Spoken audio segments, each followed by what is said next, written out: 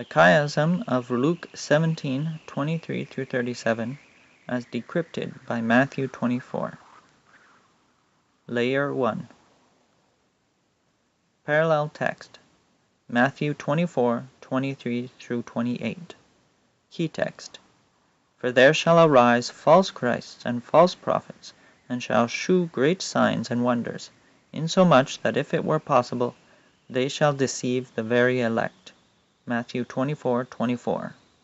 Interpretation. Verse 24, a reference to Revelation 13:12-14a, describes the union of the land beast, false prophet, United States, with the sea beast, Antichrist, Roman Catholic Church. Note, this union eventually results in a marriage between the beast, with two horns like a lamb, and the woman sitting upon a scarlet-colored beast, an Ahab-Jezebel type marriage, where the woman is the true power in the marriage. We will now take a short leave from the main study to look at the Matthew 24 and Revelation 13 connection. Matthew 24 and Revelation 13. A summary. Matthew 24:4 and 5 is 1. False Christs arise. Similarly, Revelation 13:1, 2, 5, and 3 is 1. The Antichrist or false Christ arises. Matthew 24:11 is 2. False prophets arise. Similarly, Revelation 13:11 is 2. The false prophet arises. See Revelation 19:20. Matthew 24:24 is 3. False Christs and false prophets unite to deceive with great signs and wonders. Similarly, Revelation 13:12-17 is 3. The Antichrist or false Christ and the false prophet unite to deceive with great wonders and miracles. In conclusion, Matthew 24 and Revelation 13 are indeed connected, both recorded in the same sequence of events, and Matthew 24's false Christs and false prophets are Revelation 13's sea beast, the Antichrist or false Christ, and the land beast, the false prophet. Thus Matthew 24:24 does indeed refer to Revelation 13:12-14a.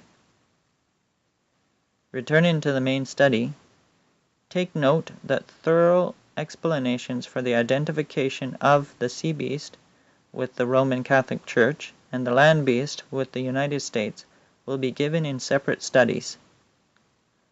Layer 2. Parallel text, Matthew 24:38-41.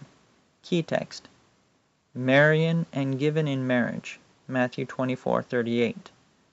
Interpretation, Matthew's text adds nothing new, but what of Genesis 6? The sons of God saw the daughters of men, that they were fair, and they took them wives of all which they chose. Genesis 6:2. Genesis 6:1-8 talks of marriages, which brought about the flood. A rejoining of Protestantism with the Roman Catholic Church. The chiasm of Genesis 1-8. The most relevant layer to this study is Layer 3. It represents the Protestant Reformation of the 16th century, led by Luther, and its resultant persecution, and Protestantism, led by Lutherans, and Catholicism unite. The Protestant Reformation is dead. Here is the context, the interpretation of the surrounding material to bolster this interpretation. Christ's crucifixion, the rise of Rome, the Roman Catholic Church, the Protestant churches, the last great message to the world. Christ's second coming. Returning to the study. Layer 4.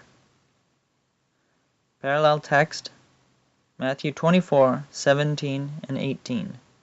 Key text.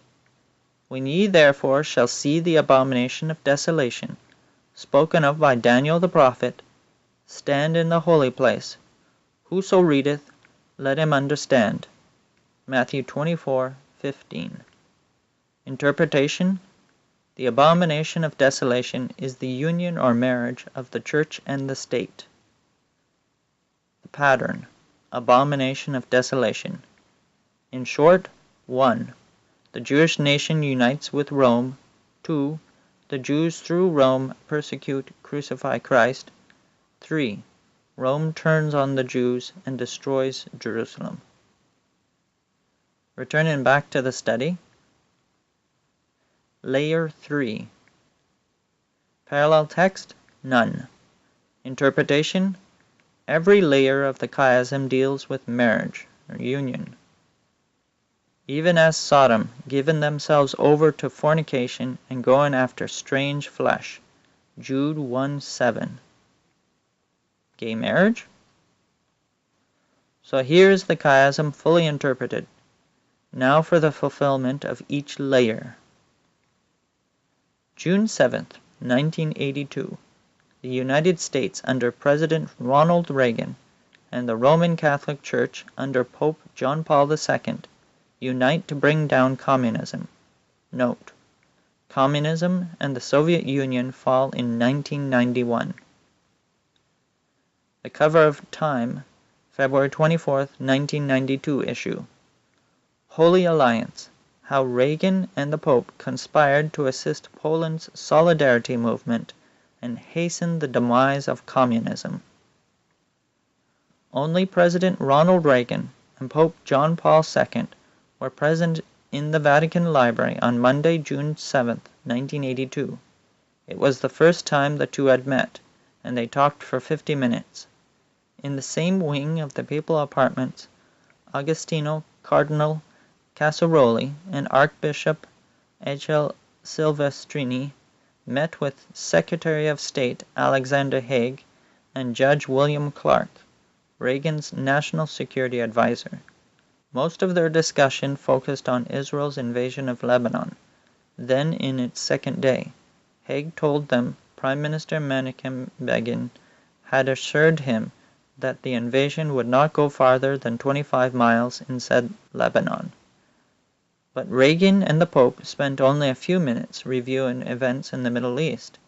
Instead, they remained focused on a subject much closer to their heart: Poland and the Soviet dominance of Eastern Europe. In that meeting, Reagan and the Pope agreed to undertake a clandestine campaign to hasten the desolation of the Communist Empire, declares Richard Allen, Reagan's first national security advisor. This was one of the great secret alliances of all time. The operation was focused on Poland, the most populous of the Soviet satellites in Eastern Europe, and the birthplace of John Paul II. Both the Pope and the President were convinced that Poland could be broken out of the Soviet orbit if the Vatican and the U.S. committed their resources to destabilizing the Polish government and keeping the outlawed Solidarity movement alive after the declaration of martial law in 1981. Until Solidarity's legal status was restored in 1989, it flourished underground, supplied and nurtured and advised largely by the network established under the auspices of Reagan and John Paul II. Tons of equipment, fax machines, the first in Poland, printing presses, transmitters, telephones, shortwave radios, video cameras, photocopiers, telex machines, computers, word processors were smuggled into Poland via channels established by priests and American agents and representatives of the AFL, CIO, and European labor movements.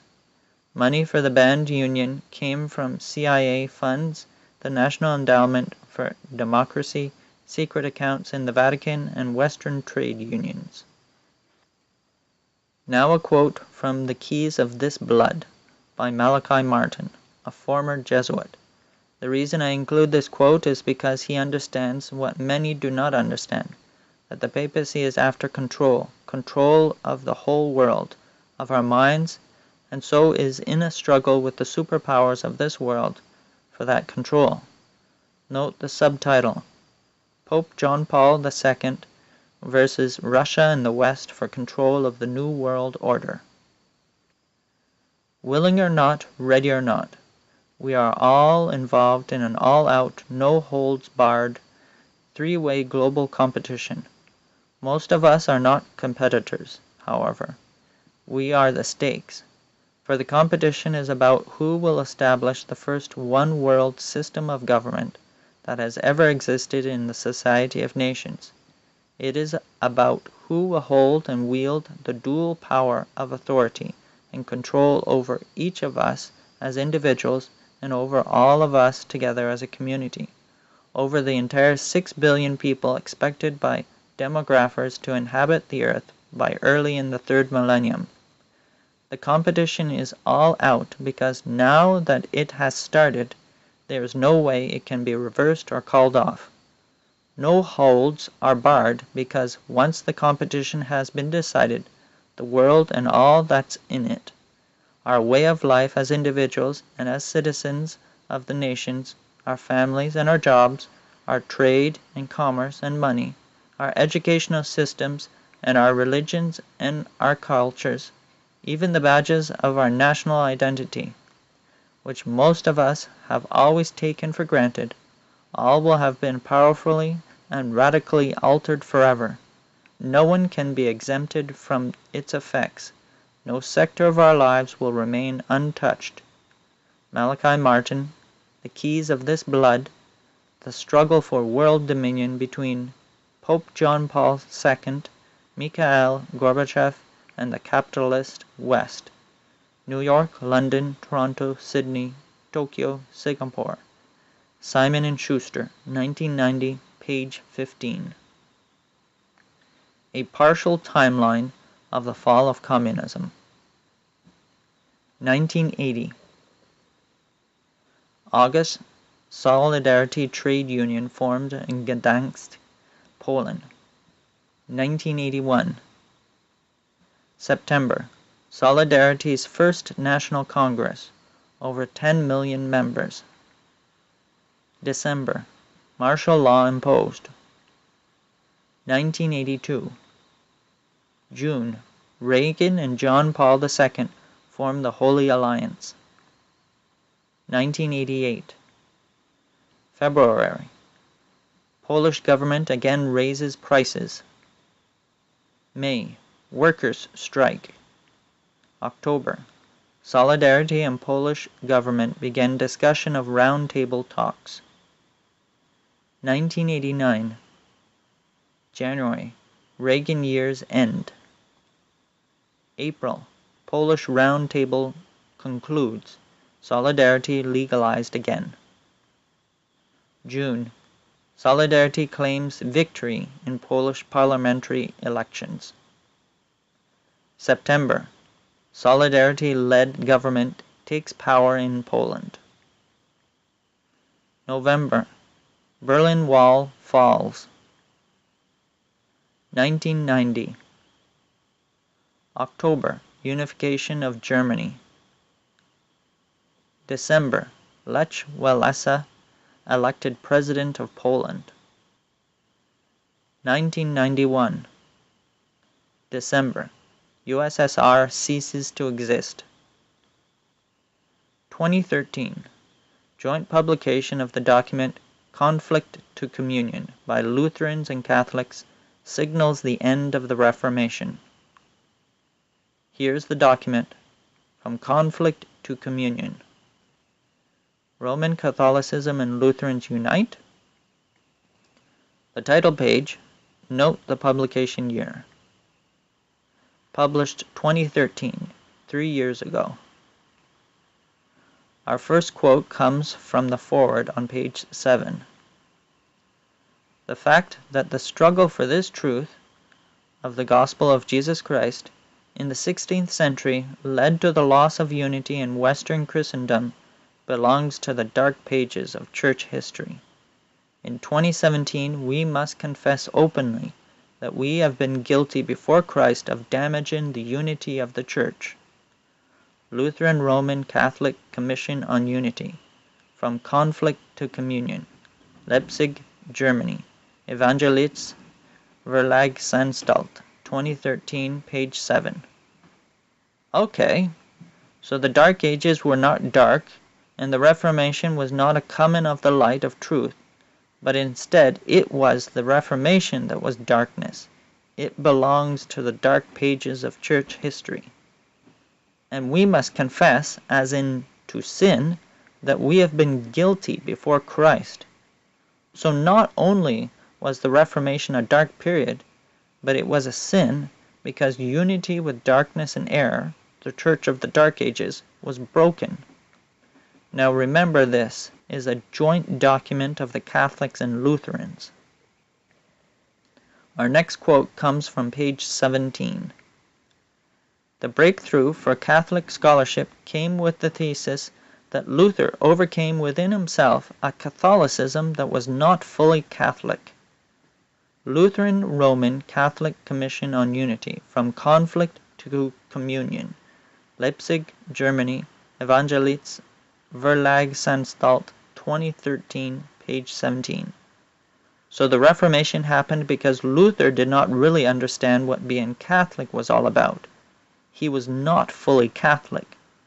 Now once again, remember this is a joint document of the Catholics and Lutherans. The point of these two quotes is that if Lutherans can agree with the contents of them, that the Reformation was a dark period and a sin, and that Luther started it because he did not fully understand the Catholic faith, then the Protestant Reformation has truly ended, and we are on a fast track back to Rome, the Mother Church. Here is the document From Conflict to Communion on the Vatican's own website. June 26, 2015. United States Supreme Court ruling makes same-sex marriage a right nationwide. CNN Politics, June 26, 2015. Supreme Court rules in favor of same-sex marriage nationwide. The New York Times, June 26, 2015. Supreme Court ruling makes same-sex marriage a right nationwide. Here's the court syllabus. Supreme Court of the United States syllabus. Obergefell et al. Versus Hodges, Director, Ohio Department of Health et al. Certiorari to the United States Court of Appeals for the Sixth Circuit. Number 14-556.